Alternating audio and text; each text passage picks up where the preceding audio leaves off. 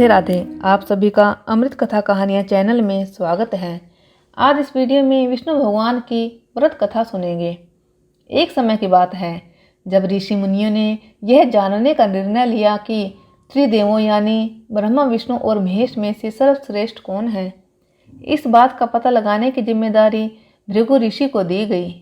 भृगु ऋषि इस बात का पता लगाने के लिए सबसे पहले ब्रह्मलोक गए। वहां पहुंचकर ब्रह्मदेव की परीक्षा लेने लगे। उन्होंने सीधे क्रोध में पूछा, आपने मुझे प्रणाम क्यों नहीं किया।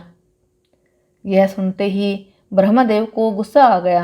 उन्होंने झल्लाते हुए पूछा, क्या एक पुत्र अपने पिता से श्रेष्ठ हो गया है जो उसे मुझे प्रणाम करना होगा।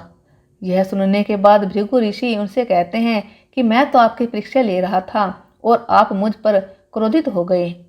इतना कहकर भृगु ऋषि वहां से सीधे कैलाश चले गए। वहां जाकर वो नंदी से कहते हैं कि मुझे शिवजी से मिलना है। नंदी ने ऋषि को जवाब देते हुए कहा, मैं भगवान शिव का ध्यान भंग नहीं कर सकता। ऐसा करने पर भोलेनाथ क्रोधित होंगे। नंदी का जवाब सुनकर भृगु ऋषि खुद ही शिवजी के ध्यान को भंग कर देते हैं।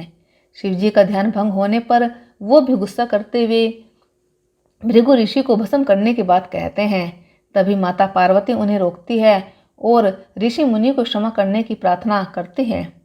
शिवजी के गुस्से को देखने के बाद भृगु ऋषि कैलाश से सीधे बैकुंठ चले जाते हैं। वहां वो देखते हैं कि भगवान विष्णु आराम कर रहे हैं और माता लक्ष्मी उनके पैर दबा रही होती है। उसी वक्त भृगु ऋषि सीधे विष्णु भगवान की छाती पर पैर से प्रहार कर देते हैं।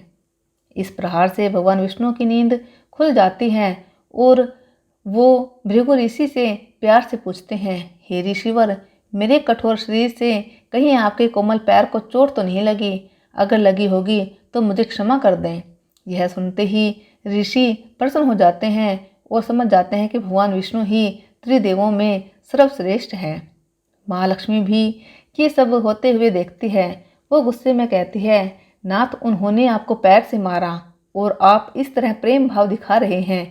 क्रोध में वो भगवान विष्णु को छोड़कर बैकुंठ से सीधे धरती चली जाती है और महाराष्ट्र के कोल्हापुर में रहने लगती है। माता लक्ष्मी के बैकुंठ छोड़कर चले जाने पर भगवान विष्णु को लगता है कि उनका सम्मान और संपत्ति नष्ट हो गई है। इसी वजह से उनका मन काफ़ी अशांत रहने लगा। फिर वो माता लक्ष्मी की तलाश में धरती चले जाते हैं। धरती जाकर भगवान विष्णु श्रीनिवास नामक व्यक्ति बनकर माता लक्ष्मी को ढूंढने लगते हैं। माता लक्ष्मी को ढूंढते ढूंढते वो वेंकटचल पर्वत क्षेत्र में स्थित बकुला माई के आश्रम पहुंच जाते हैं। वहां बकुला माई ने उनका आदरपूर्वक स्वागत किया और उन्हें आश्रम में ही रहने के लिए कहा। उस आश्रम में भगवान आराम से श्रीनिवास बनकर रहने लगे। कुछ दिन बाद वहां एक हाथी आ जाता है। वो सबको परेशान करता है। यह देख श्रीनिवास धनुष बाण लेकर हाथी की ओर दौड़ते हैं। उन्हें आता देख हाथी डरकर घने जंगल में भाग जाता है। श्रीनिवास उस हाथी का पीछा करता हुआ थक कर एक सरोवर के पास पेड़ की छाया में आराम करने लगते हैं और कुछ ही देर में उन्हें नींद आ जाती है। नींद में वो कुछ युवतियों का शोर सुनते हैं जिससे उनकी नींद टूटती है। आंखें खोलते ही वो खुद को 5-6 युवतियों से घिरा पाते हैं।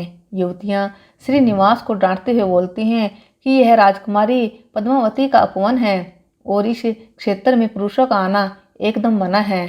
यहाँ तुम कैसे और किसके लिए आए हो? श्रीनिवास जवाब दे ही रहे थे कि तभी उनकी नज़र वृक्ष के पीछे से झांकती राजकुमारी पद्मावती पर पड़ी। वो उसे देखते ही रह गए। कुछ देर में वो युवतियों को बताते हैं कि मैं एक हाथी का पीछा करते हुए यहाँ पहुँचा हूँ। मुझे बिल्कुल भी पता नहीं था कि यहाँ पुरुषों का आना मना है। मुझे क्षमा कर दें। इतना कहकर वो बकुला माई के आश्रम लौट जाते हैं। आश्रम लौटने के बाद श्रीनिवास का किसी भी काम में मन नहीं लगा। तब एक दिन बकुला माई उनसे उनकी उदासी की वजह पूछती है। उदास होकर श्रीनिवास पद्मावती के बारे में उन्हें बताते हैं और कहते हैं कि मैं उसके बिना नहीं रह पाऊंगा। बकुला माई उन्हें कहती है कि ऐसा सपना न देखिए जो पूरा न हो सके। वह एक प्रतापी राजा चोल नरेश आकाश राज की बेटी है और आप एक आश्रम में रहने वाले कुल व गोत्रहीन युवक हैं। कुछ देर सोचने के बाद श्रीनिवास कहते हैं कि माँ, एक तरीका है, बस आपको मेरा साथ देना होगा। बकुला माई श्रीनिवास का प्यार देखकर हाँ कह देती है। दूसरे दिन श्रीनिवास ज्योतिष विद्या में निपुण औरत का वेश धारण करके राजा आकाश के नगर नारायणपुर पहुंचते हैं। उनकी विद्या की वजह से हर तरफ उनकी चर्चा होने लगती है। होते होते एक दिन राजा ने उन्हें अपनी बेटी पद्मावती का हाथ देखने के लिए श्रीनिवास को अपने महल बुलवाया।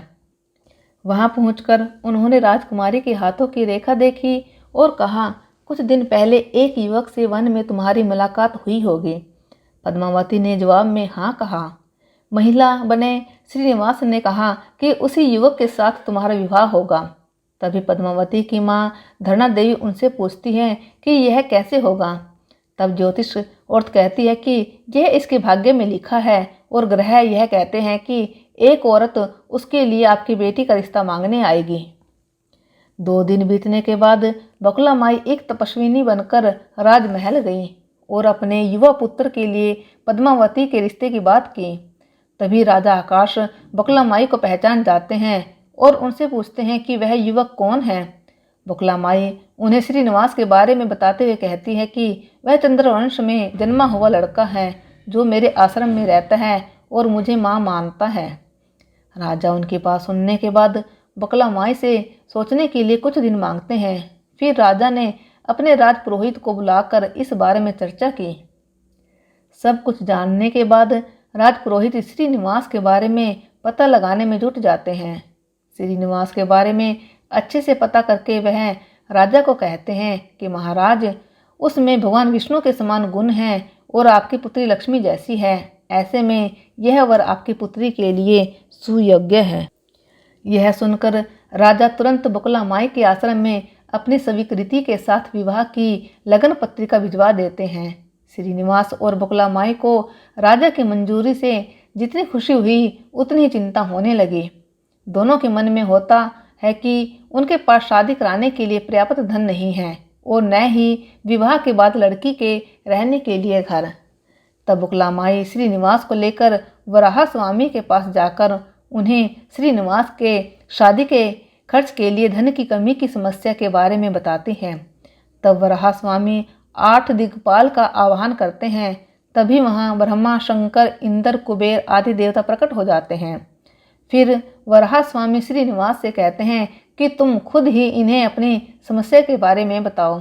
श्रीनिवास देवताओं से पूछते हैं कि मैं चोल नरेश राजा आकाश की पुत्री पद्मावती से शादी करना चाहता हूँ, पर मेरे पास शादी के लिए धन नहीं है। मुझे क्या करना चाहिए? इंद्रदेव यह सब सुनकर कुबेर से कहते हैं कि तुम शादी के लिए इन्हें ऋण दे दो। जवाब में कुबेर बोलते हैं कि मुझे ऋण देने में कोई परेशानी नहीं है, बस यह सुनिश्चित कर दीजिए कि मुझे धन वापस कब और किस तरह से मिलेगा। तब श्रीनिवास ने कहा, आप चिंता न कीजिए कुबेर देव, मैं कलयुग के अंत तक पूरा ऋण चुका दूंगा। फिर कुबेर ने देवताओं को साक्षी रखकर श्रीनिवास को ऋण दे दिया।